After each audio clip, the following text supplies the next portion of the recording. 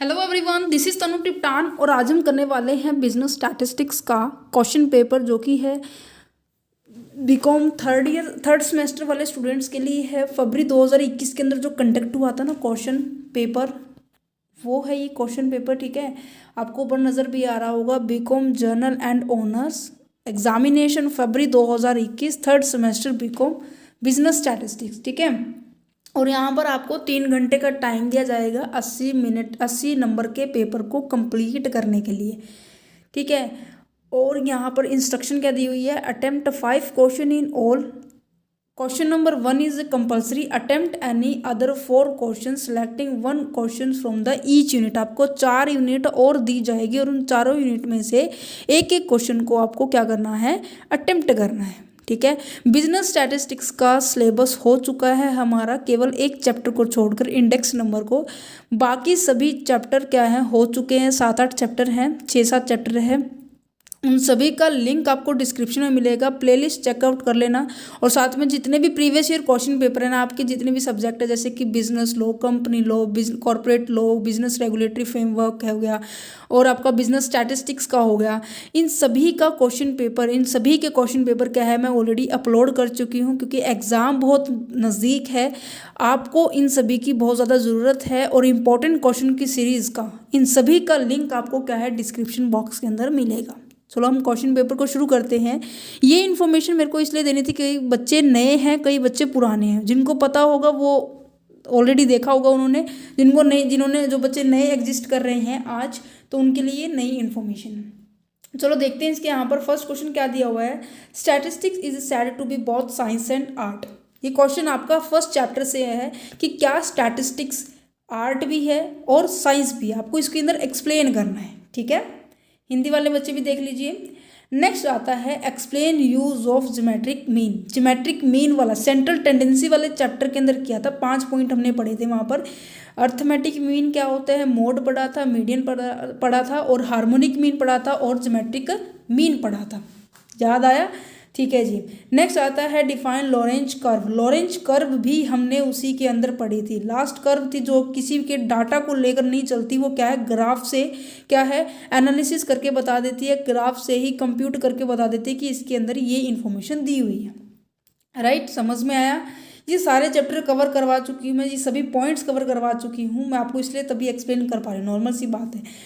What is the defining of index number. Index number को आपको समझाना है क्या होता है, ये चैप्टर नंबर 6 से है ये। ठीक है, नेक्स्ट है explain scalar trend. Scalar trend क्या होता है, आपको एक्सप्लेन करना है। अब आ जाते हैं हमारे पास, ये थे छोटे छोटे क्वेश्चन, जो 5 क्वेश्चन थे आपके कंपलसरी थे। अब हर एक यूनिट में से हर एक पॉइंट आपको, इसमें अब 8 क्वेश्चन दिए जाएंगे, 8 में से कोई भी 4 क्वेश्चन आपको अटेम्प्ट करने में। अब यहाँ पर हम पहुँचते हैं हमारे सेकेंड क्वेश्चन की ओर। एक सेकेंड, हाँ नेक्स्ट देखो पे स्लाइड पे पहुँचे। सेकंड क्वेश्चन क्या दिया हुआ है, discuss importance and limitation of statistics. Statistics की इंपॉर्टेंस और आपको लिमिटेशन एक्सप्लेन करनी। ये चैप्टर नंबर 1 से पूछा हुआ है।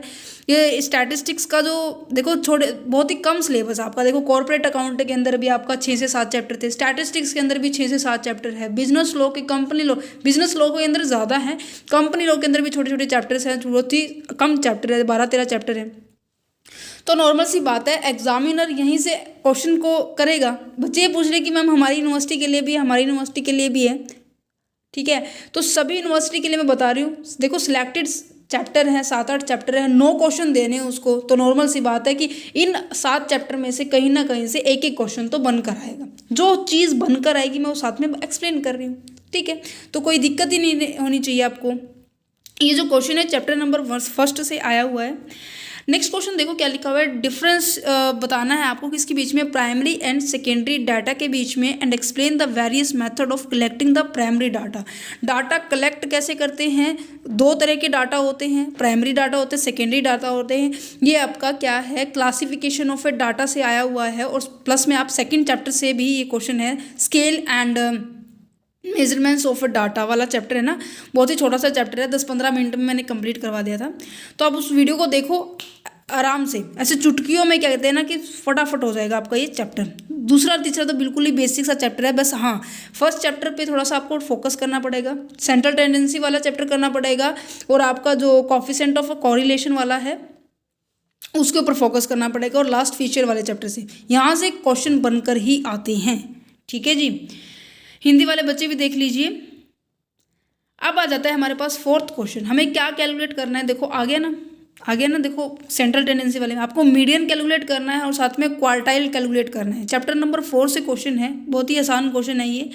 आपको ये डाटा दे रखा है। मोस्ट ऑफ प्रोबेबिलिटी यही होती है कि जो आपका क्वेश्चन है ना, ये प्रैक्टिकल क्वेश्चन है, वो इलिस्ट्रेशन में से ही आए। तो ज़्यादा से ज़्यादा फोकस करें कि आप अपने इलिस्ट्रेशन को ही कंप्लीट करें।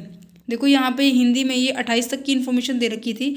अब देखो यहाँ से स्टार्टिंग से दे रखा है 10 से 20 का जो कंटिन्यूस सीरीज़ के सामने देखो फ्रीक्वेंसी दे रखी है ना 7, तो 10 से 20 की दोबारा से इस पेज पे देखो 7। अब यहाँ पे पूरा क्वेश्चन आपको मेंशन हो रहा होगा, दिखाई दे रहा होगा।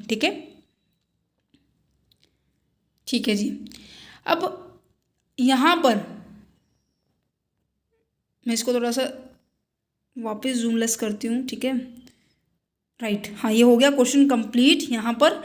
अब हम पहुँचते हैं, अगर किसी को ऐसे कंफ्यूज हो जाओ ना तो इंग्लिश में भी देख लीजिए करो। ठीक है, अब इंग्लिश में देखो पूरी दे रखी है 5, 7, 8, 12, 28, 22, 10, 8।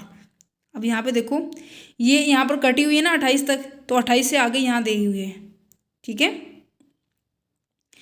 अब यहाँ पर देखो क्या है, क्वेश्चन नंबर 5 क्या कह रहा है कि from the following data find the standard deviation and it's coefficient of variation. Standard deviation वाला चैप्टर है, चैप्टर नंबर 5 है। इसके अंदर हमने पढ़ा था स्टैंडर्ड डेविएशन कैसे कैलकुलेट करते हैं, मीन डेविएशन कैसे कैलकुलेट करते हैं, लॉरेंज कर्व हमने इसके अंदर डिस्कस की थी, और इनके फॉर्मूले भी आपको याद नहीं करने पड़े थे। मैंने इस तरह से ट्रिक के साथ करवाया था। आई होप आपको सबको पता होगा, है ना, सबको आते होंगे वो चैप्टर। अगर देखे हैं तो बिल्कुल ऐसे आसान तरीके से बताया था। ऐसे जो प्रैक्टिकल है ना, अब ऐसे फटाफट निकाल सकते हैं, क्योंकि मैंने एक ऐसी ट्रिक बताई थी और ऐसा कोई भी ऐसे फॉर्मूले लर्न नहीं करवाए थे, ट्रिक से समझाए थे कि ऐसे क्यों आया है, अगर रूट आया तो कैसे आया, इसको याद करने का तरीका भी बताया था। क्योंकि एग्जाम में बहुत सारे फॉर्मूले ऐसे माइंड के अंदर मैशअप हो जाते हैं ना, तो उसको उस परेशानी को दूर करने के लिए मैंने वो तरीका सोचा था। ठीक है, ये क्वेश्चन क्या है, बार बार ऐसे प्रिंट दोबारा से नज़र आ रहा है। ये देखो 6th क्वेश्चन अब आपको नज़र आ रहा होगा, what do you mean by the time reversal test, एक्सशो that Fisher formula satisfy this test. ये क्वेश्चन है ना, क्वेश्चन आई होप मेरे को लग रहा है एग्जामिनर का फेवरेट हो चुका है, हर बार आता है। मैंने CRS यूनिवर्सिटी का क्वेश्चन पेपर अपलोड किया था, वहाँ पर भी फिशर्स का फॉर्मूला आया हुआ था। जब मैं बच्चों को ट्यूशन पढ़ाती हूँ ना, तो वो भी कहते हैं कि मैम जैसे आप बताते हो ना आप क्वेश्चन वैसे आते हैं, क्योंकि नॉर्मल सी बात है भाई, सिलेक्टेड चैप्टर है, सिलेक्टेड ही क्वेश्चन आएंगे ना, है ना।